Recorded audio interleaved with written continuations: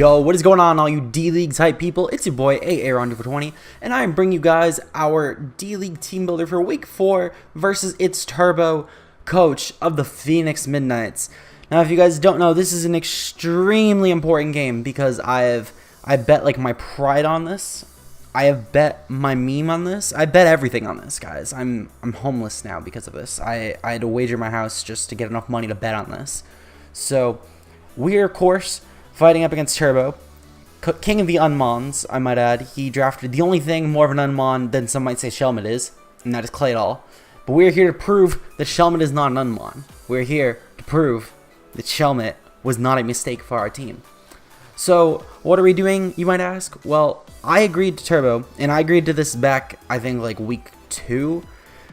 Week 2 of the actual league, week 1 of uploads, in the fan Discord, we agreed that if Turbo brings Claydol, I'm going to bring Shelmet versus his team. Now, the joke's on Turbo, because Shelmet, which I will get into later, actually has viable use in this game, and Claydol is trash, and will maybe get like 1 kill max.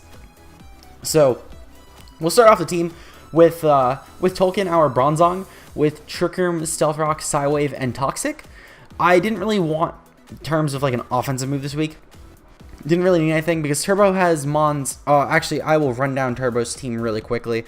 So I also do, before I forget, I do need to thank Turbo because Turbo, through my $5 donation to him on Patreon, allowed me to pick up his Great Fairy and Clefable, and he instead picked up Tapu Bulu, which I didn't really get for his team, to be honest. I don't know why he made the trade. Clefable, Jirachi, Kieran Black, very, very scary core. Tapu Bulu, Kieran Black, Jirachi, not so much. So, Turbo's team, of course, is the Kieran Black with the Z move, Jirachi, Tapu Bulu, Nidoking, Azumarill, Alolan Persian, Emboar, Raichu with the Z move, Masquerain, Mega Arrow, and Claydol.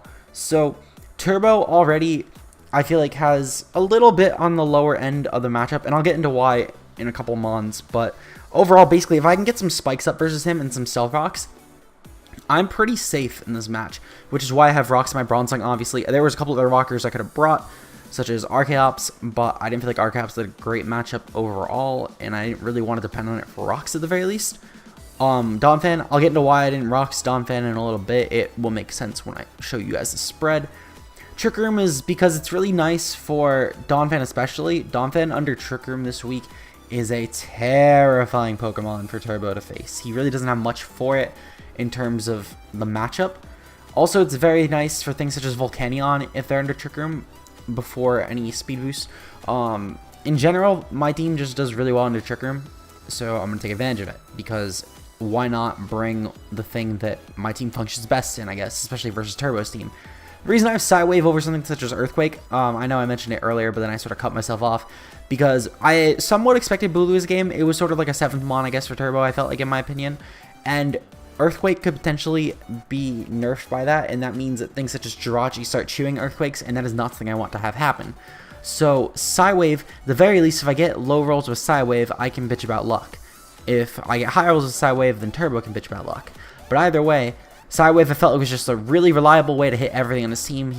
There's not really a switch into Psywave, just you need a bulky mon with a lot of HP, because you could potentially be taking a couple high rolls with Psywave, and that's not something pretty. Next up, we actually are going to get into the team mascot this week, little Tinkershell.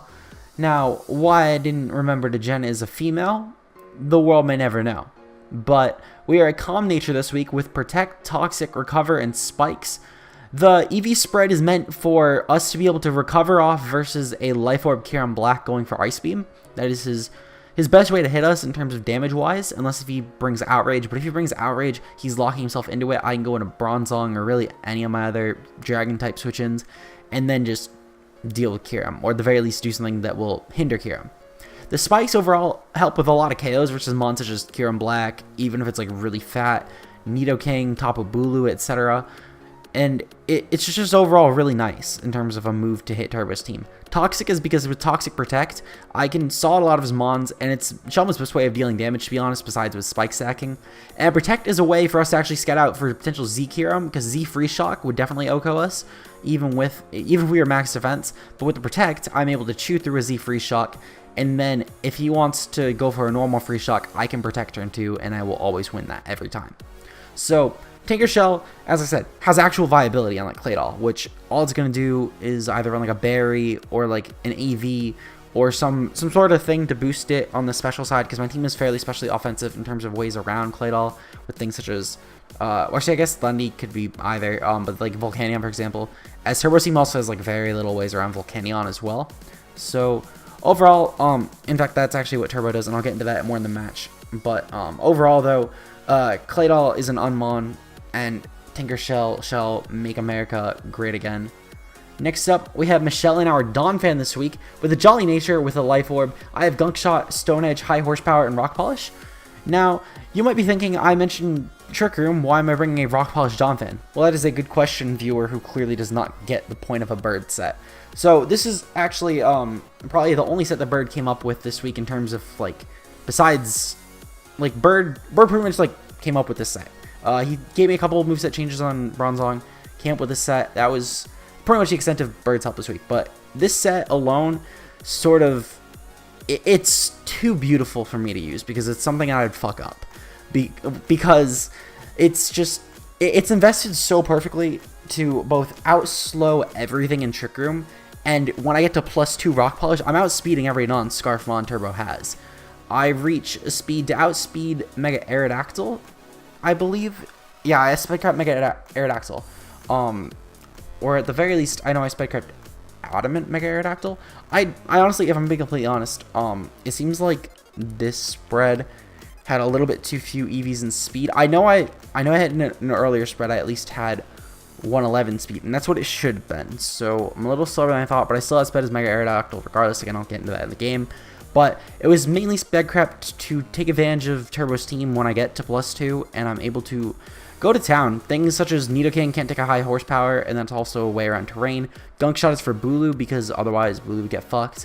Stone Edge hits things like Kyurem Black, for example. If I can get a Spike Up and some rocks, Kyurem Black is essentially done for versus this spread. Let alone if I get 2 Spikes Up, then pretty much any variant of Kyurem Black, unless he's like Charty Berry, is dealt with by this thing. So overall, this set essentially could only lose to hacks or me choking the game away. But it's also me, so I'll get into that in the game.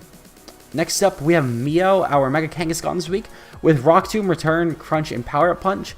With Power Up Punch, I'm really limiting his switch-ins to Return or Crunch this week. Rock Tomb is a great way because, for example, if he does bring in Kyurem Black versus me, I can always bring in Kangaskhan. I can live any hit besides Z Free Shock. I can go for the Rock Tomb, and I will guarantee take him out with Return next turn. No matter what his spread is, I'm taking out guarantee with Return next turn. And I will always outspeed him because he will be at -2 speed. This is also a great way around any potential switch in because nothing on his team will outspeed me at -2 speed that I am aware of. Also, does a fair amount of damage versus things such as Arrow, and if he brings Masquerain, unless he's like max Fizz Def, it's going to OHKO Masquerain and it's going to break through its stash as well, while being a fairly reliable move to hit versus something like Stone Edge. I don't think I can get Stone Edge now that I'm thinking about it, but like, for example, in terms of a rock type move, rock type moves have a very, very high risk chance in terms of hitting. That is just sort of what I was getting at, I guess. The speed is meant to outspeed anything on Turbo's. Yeah, I believe it's meant to speed creep top. Yeah, it's meant to speed creep Tapu Bulu.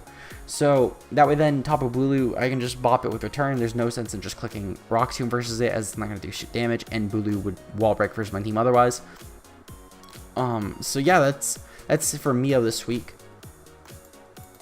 Next up, we have Volcanion, aka Ocean Man, our Volcanion, with Sludge Wave, Flamethrower, Steam Eruption, and Flame Charge. The Sludge Wave is meant to hit things such as, well, it's really meant to hit 2 things. Tapu Bulu, which I have Flamethrower for anyway, but it's more so just one less move it could switch in on, in case if he was switching in on a Steam Eruption, let's say I had an Akaberry. It's just a way to hit it, I guess. It's still getting more so hit by Flame Charge or Flamethrower, and that's more so what I click versus it. But the more important thing it's here for is so I can hit the Azumarill, as this thing is probably one of my better answers for Azumarill. with my modest nature and my special attack investment, I'm able to do fairly decent damage versus any Azumarill spread. My Flamethrower is going to be doing a lot to his team. Steam Eruption is the more important move this week, as he doesn't have great switch-ins to it at all.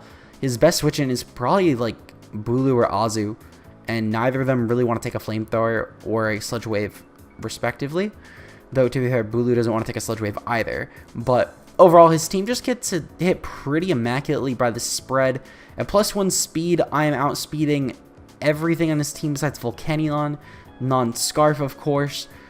And with the +2 speed, I'm able to outspeed everything on his team besides, I think, like... Actually, no, I'm pretty sure I can outspeed, like, anything at that point besides, unless if you use, like, a Scarf, Alolan Persian, which I don't see coming.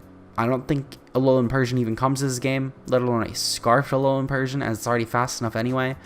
So, overall, though, if I get a +2 speed, this set pretty much wins besides any damage-reducing berries, I guess, or anything I might be missing in terms of, like, Assault Vest or something else that would catch me off guard that I don't necessarily expect versus this team. But this set, on its own, could potentially win. And it also, of course, Flamethrower, the reason I didn't just go for Steam Eruption plus Sludge Wave is Flamethrower also hits Jirachi, and it hits it for a lot more damage than, like, Steam Eruption would, for example.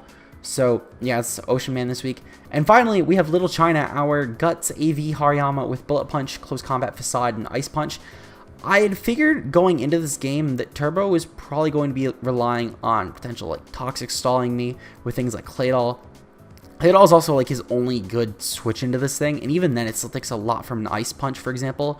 So his team really doesn't have the best ways around Hariyama and Trick Room either. It's another reason I brought Trick Room again. I know it's a little overused of a move on my team, but I mean, if it ain't broke, don't fix it. So yeah, overall though, I feel really confident in this team this week. I think that unless if something happens, I guess, that we're going to be doing fairly well against Turbo. He's got a lot to prepare for at the very least in terms of my team, and I feel like that Shelmet is going to give him a real run for his money. Now, of course, if we do lose, I mean, it's fine. It's only our pride that's going to take a hit, but hopefully nothing happens, I guess. So, of course, if you guys did enjoy, leave a like down below. Make sure to check out Turbo along with the rest of the D-League coaches this season. All of them are great competitors, great uploaders. You guys will enjoy all of their content, I'm sure. And I will see you guys in the battle tomorrow versus Turbo, which will go up at the same time, only different day, aka tomorrow, versus him. And I'm just coordinating that with him now. I will... you guys will know because it'll have went up at the same time the Teambuilder did. But I still don't know when that will be necessarily, so I can't say for certain. But yeah, I will see you guys then. Peace out.